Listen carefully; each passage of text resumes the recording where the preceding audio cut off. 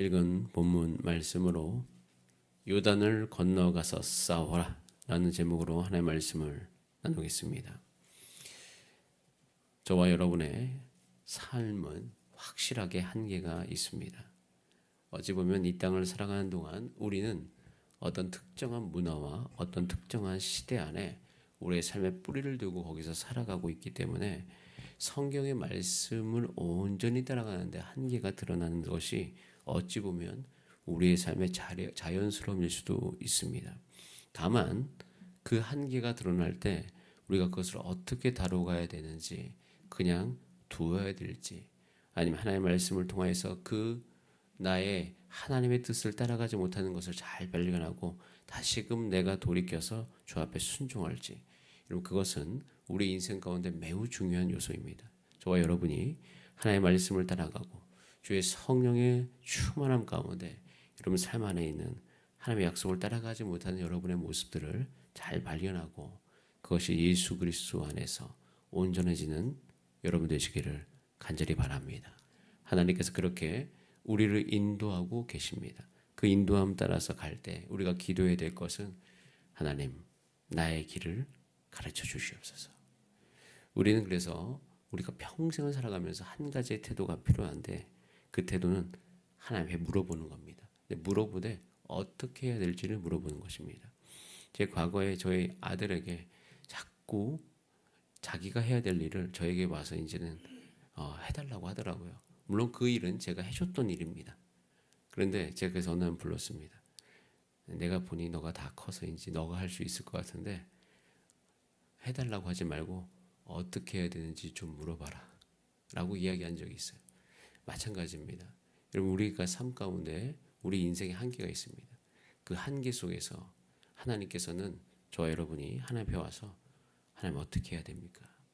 하나님께서 아마 답을 준비하시고 여러분을 초대하고 계실 것입니다.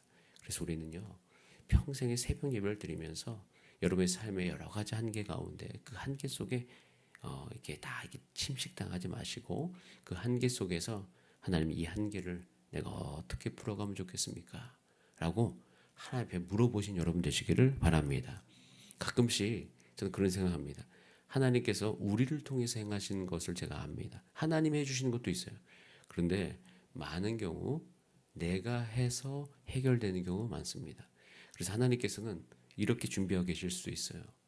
우리가 무엇을 해야 될지를 알려주시기를 원하는데 와서 하나님이 해주세요 라고 이야기할 때가 있을 수 있다는 거예요. 그러니까 성경을 놓고 보면 그렇습니다. 성경을 놓고 보더라도 이스라엘 백성은 아마 하나님이 다 해주세요. 하나님 약속 주셨잖아요. 그럼 가나안 땅 내가 아무것도 하지 않아도 하나님이 하게 해주셔요.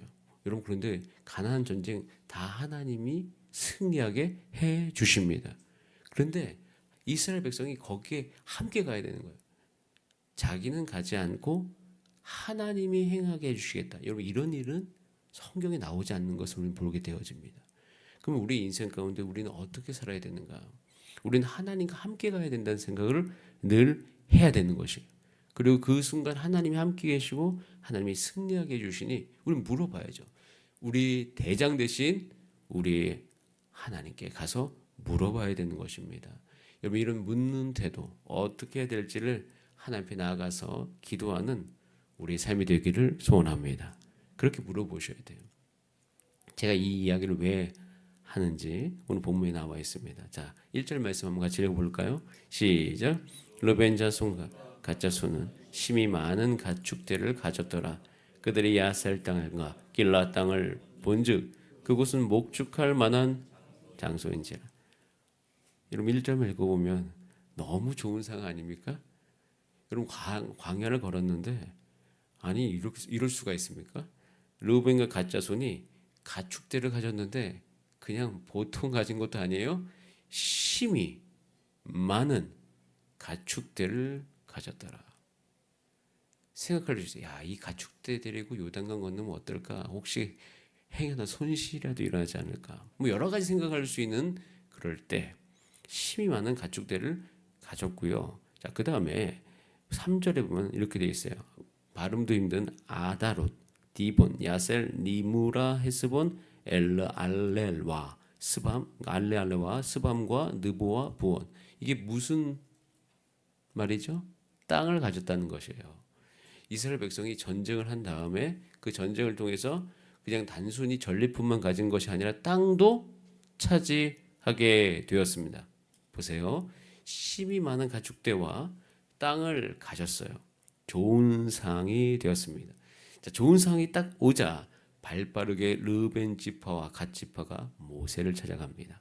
그래서 이야기합니다. 그 땅을 달라라고 이야기합니다. 그 땅을 달라. 근데 이 말보다 더 모세의 말, 특별히 제 마음을 거스린 말은 5절에 나와요. 자, 5절 말씀 같이 한번 읽어볼까요? 시작. 또 이르되 우리가 만일 당신에게 은혜를 입었으면 이 땅을 당신의 종들에게 그들의 소유로 주시고 우리에게 요단강을 건너지 않게 하소서. 요단강을 건너지 않게 하소서. 여러분, 이 제안을 어떻게 받아들이실 것입니까? 우리는 이야기를 통해서 한번 반응해 봐야 됩니다. 여러분은 이 상황 속에서 어떻게 반응할 것인지. 물론 한쪽 측면은 르우벤과 갓 자손이 이해가 됩니다. 이해가 돼서 목축도 많고, 그러니까 여기서 야 그래, 하나님은 능력이 많고 이해도 풍부하시니까 그냥 이 땅을 차지하게 하고 가지 않으면 안 될까라는 생각이 들 수가 있어요. 또 반대편에서는 그래도 지금까지 우리가 왜 여기에 왔는가, 그리고 하나님의 약속은 어디에 있는가, 그러니까 어렵고 이 땅이 이렇게 있음에도 불구하고 우리는 가야 된다. 이 두 반응이 일어날 거예요. 여러분, 그런데 이 두 반응은 누가 맞다 안 맞다 이렇게 이야기할 것이 아니라 여러분 가운데 이 본문을 보면서, 특별히 성경을 읽으면서 한 가지 우리가 아셔야 될 것은 성경을 향한 우리의 반응을 통하여서 따라가 내 마음을 알 수 있다. 내 마음을 점검할 수 있어요. 내 마음이 지금 어떻게 흘러가고 있는지. 우리는 우리의 마음이 다 옳다라고 생각되어지고, 물론 그렇습니다. 근데 확신이 요즘 세대가 자기 자신을 믿어라, 네 마음을 믿어라 이렇게 이야기를 참 많이 하는데, 사실 우리의 마음을 온전히 신뢰하기를 어려워요. 쉽진 않아요. 혼란스럽고 혼돈스럽고 딱 그 안에 중심이 잡히지 않고, 또 한 가지는 욕심이 끼기 때문에 우리의 마음의 판단이 옳지 못한 곳으로 감에도 불구하고 우리가 깨닫지 못하는 경우가 굉장히 많아요. 자, 여러분, 한 가지는 분명합니다. 여러 가지 반응이 일어날 수 있는데 우리는 여기서 한 가지 지점으로 이르게 되는데, 르우벤과 갓 자손은 왜 이런 말을 할까요? 지금 그 마음 속에는 하나님의 약속이 사라지고 있기 때문이에요. 우리는 기억해야 됩니다. 지금까지 이스라엘 백성이 왜 여기까지 이렇게 힘들게 오게 된 것입니까? 그저 목축하려고요? 정착하려고요? 그러지 않습니다. 전쟁하기 위해 온 거예요. 여러분, 우리 인생 가운데 하나님의 뜻을 따라가는 것이 무엇인지를 깨달으셔야 돼요. 가끔씩 우리는 하나님을 믿는 믿음이 그저 정착하기 위해서 믿을 때가 있습니다. 그것이 나쁘다는 게 아니에요. 그런데 죄 많은 이 세상은 내 집 아닐세. 이 찬양 있지 않습니까? 우리는 한 가지를 추구해야 돼요. 죄 많은 이 세상은 우리의 본향이 아니에요. 그리고 또 한 가지 이걸 바꾸고 얘기하면, 죄 많은 이 세상에서 거룩한 우리의 하나님의 백성은 거룩한 삶의 영역들과 영향력들을 이 땅에 두고 가야 될 존재라는 것이, 나를 통하여서 우리의 가정 안에 하나님의 거룩함이 흘러들어가야 될 그 소망과 열정을 가진 존재들. 내가 거하는 이 사회 곳에서는, 내 일터에서는 나를 통하여서 하나님의 거룩하심과 사랑과 빛이 드러나야 될 존재, 이 존재에 대한 망각이 일어나는 거예요. 그냥 하나님 도움받아서 잘 사는 것, 이 정도로만 하나님께서 우리를 부르셨다라고 거기까지 이야기하는 거죠. 물론 거기에 있는다고 해도 누구를 비난할 수는 없습니다. 그것도 하나님께서 품으시기 때문이죠. 그러나 우리는 성경을 읽으면 읽을수록 하나님이 과연 거기까지 나를 부르셨는가, 그것은 우리가 말씀 앞에서 스스로 하나님 앞에서 점검을 해보셔야 돼요. 하나님께서 이 땅 가운데 지금 이스라엘 백성을 오게 하신 것은 죄 많은 그 가나안 땅, 죄로 관영한 그 땅, 가서 그 땅 가운데 하나님의 전멸을 통해서, 진멸을 통해서 거룩함을 바꿔야 할 그 땅, 거룩함을 나타내기 위해서 가서 싸우라라는 것이에요. 그런데 그거는 하지 않겠다는 겁니다. 싸우지는 않겠다. 이것에 대해서 모세가 이렇게 이야기하죠. 자, 6절과 7절이에요. 자, 시작. 모세가 갓 자손과 르벤 자손에게 이르되 너희 형제들은 싸우러 가거늘 너희는 여기 앉아 있고자 하느냐? 너희는 어찌하여 이스라엘 자손에게 낙심하게 하여 여호와께서 그들에게 건너갈 수 없게 하려 하느냐?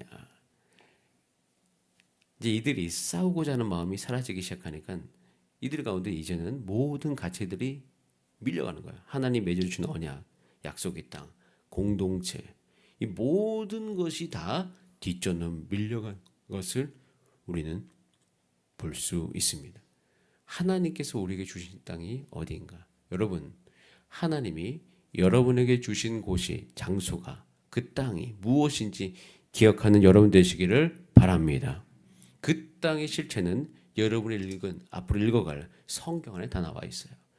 성경을 읽는 분들이 정말 많으신데 성경 통독하시면서 한 손에는 꼭 펜을 드시고, 펜은 여러분이 편한 거, 특별히 형광펜이면 더 좋습니다.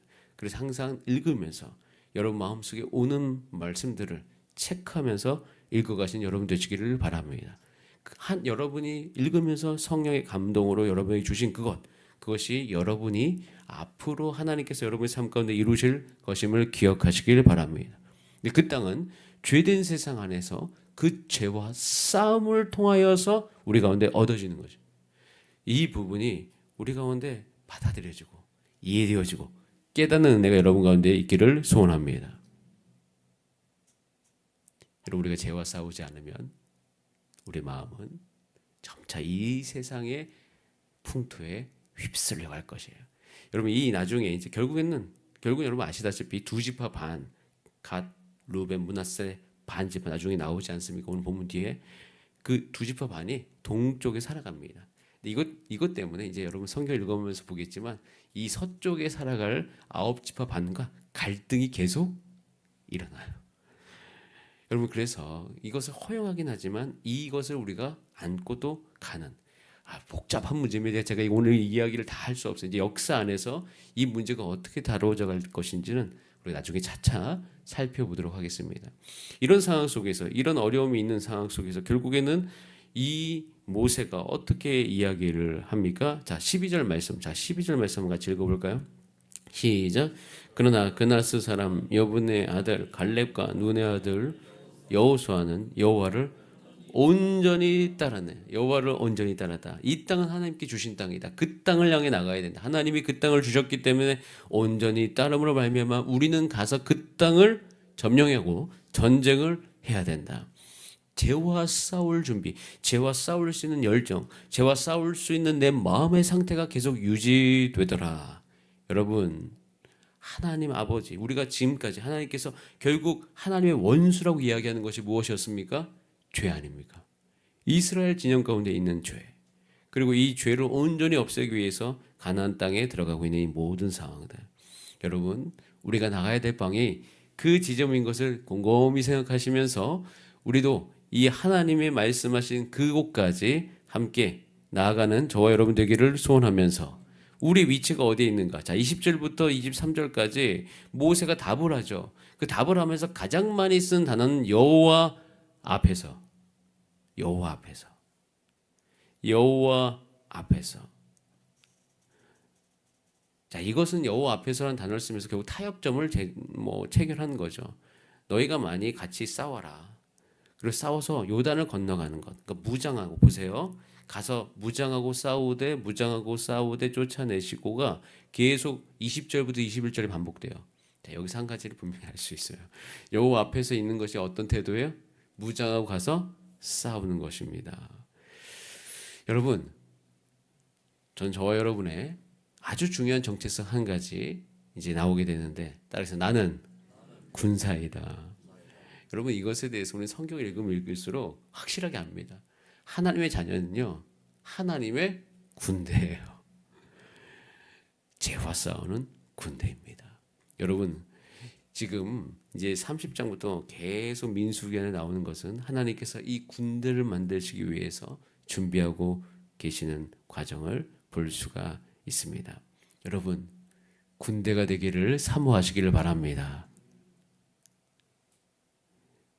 싸움에 대해서 다시 생각하면서 많은 것으로 지금 내 상태가 너무 좋으니까 그냥 여기 있겠다라고 생각되어진 마음이 혹시 여러분 가운데 있으면 이 새벽에 하나님께서 깨닫게 해주시면 그것을 돌이킬 수 있는 은혜 여러분 가운데 있기를 소원합니다.